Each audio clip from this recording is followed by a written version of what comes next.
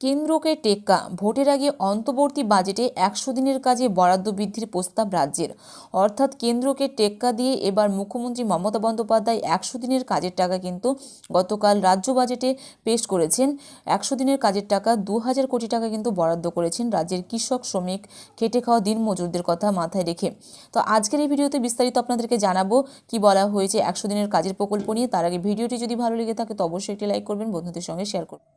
100 দিনের কাজের প্রকল্প থেকে মহাত্মা গান্ধীর নাম বাদের প্রতিবাদে রাজ্য সরকার একই ধাঁচে নিজেদের প্রকল্প যুক্ত করেছিল বাপুর নাম।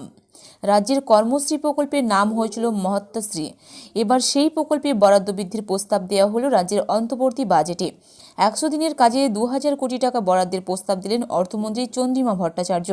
এতে আরও বহু শ্রমিক, কৃষক উপকৃত হবেন বলাই বাহুল্য। অন্তর্বর্তী বাজেটে এই ঘোষণায় খুশির হাওয়া গ্রাম বাংলায়। 26-এর ভোটের আগে প্রত্যন্ত এলাকাগুলিতে এই প্রস্তাব বড়সড় প্রভাব ফেলবে বলে নিঃসন্দেহ।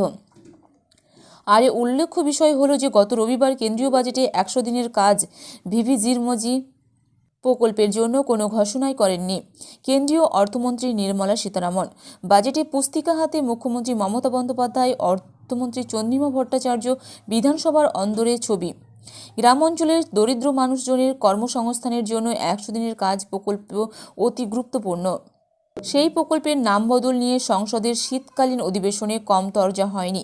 প্রকল্পের নাম থেকে মহাত্মা গান্ধীকে মুছে রাম নাম আনা হয়েছে, তা নিয়ে বিরোধীদের প্রবল আপত্তিও কানে তোলা হয়নি। প্রতিবাদ জানিয়ে রাজ্য সরকারও নিজেদের 100 দিনের কাজ সংক্রান্ত প্রকল্পের নামও বদল করে। রাজ্যের কর্মশ্রী প্রকল্পের নাম মহাত্মাশ্রী করা হয়েছে রাজ্যপালের অনুমোদন ক্রমে। গত ডিসেম্বরে এই নয়া নাম কার্যকর করা হয়েছে। এখানে কর্মদিবসও বৃদ্ধির কথা বলা হয়েছে। কেন্দ্রের ধাঁচে রাজ্য সরকারের 100 দিনের কর্মশ্রী প্রকল্পের নাম হয়েছিল মহাত্মাশ্রী।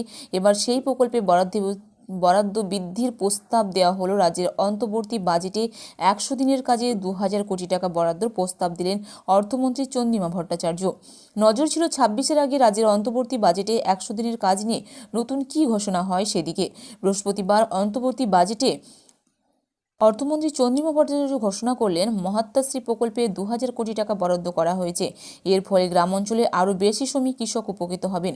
বছরের নির্দিষ্ট দিনে কাজের বিনিময়ে আরও বেশি অর্থ হাতে পাবেন তারাও, এমনটাও জানানো হয়েছে। বিধানসভায় অন্তর্বর্তী বাজেট পড়েছেন অর্থমন্ত্রী চন্দ্রিমা ভট্টাচার্য। বৃহস্পতিবার অন্তর্বর্তী রাজ্য বাজেট প্রস্তাবে জানা গেল মহাত্মাশ্রী প্রকল্পে 2000 কোটি টাকা বরাদ্দ করা হয়েছে। এর ফলে গ্রাম অঞ্চলে আরও বেশি শ্রমিক, কৃষক উপকৃত হবেন। 100 দিনের কাজের টাকা নিয়ে রাজ্যের সঙ্গে কেন্দ্রের সংঘাত দীর্ঘদিনের। দরিদ্র শ্রমিক, কৃষকদের বছরভর কাজ করানোর পর কেন্দ্র তাদের প্রাপ্য টাকা না দিয়ে বঞ্চনা করছে বলে অভিযোগ বারবার সরব হয়েছে রাজ্যের শাসক দল তৃণমূল কংগ্রেস।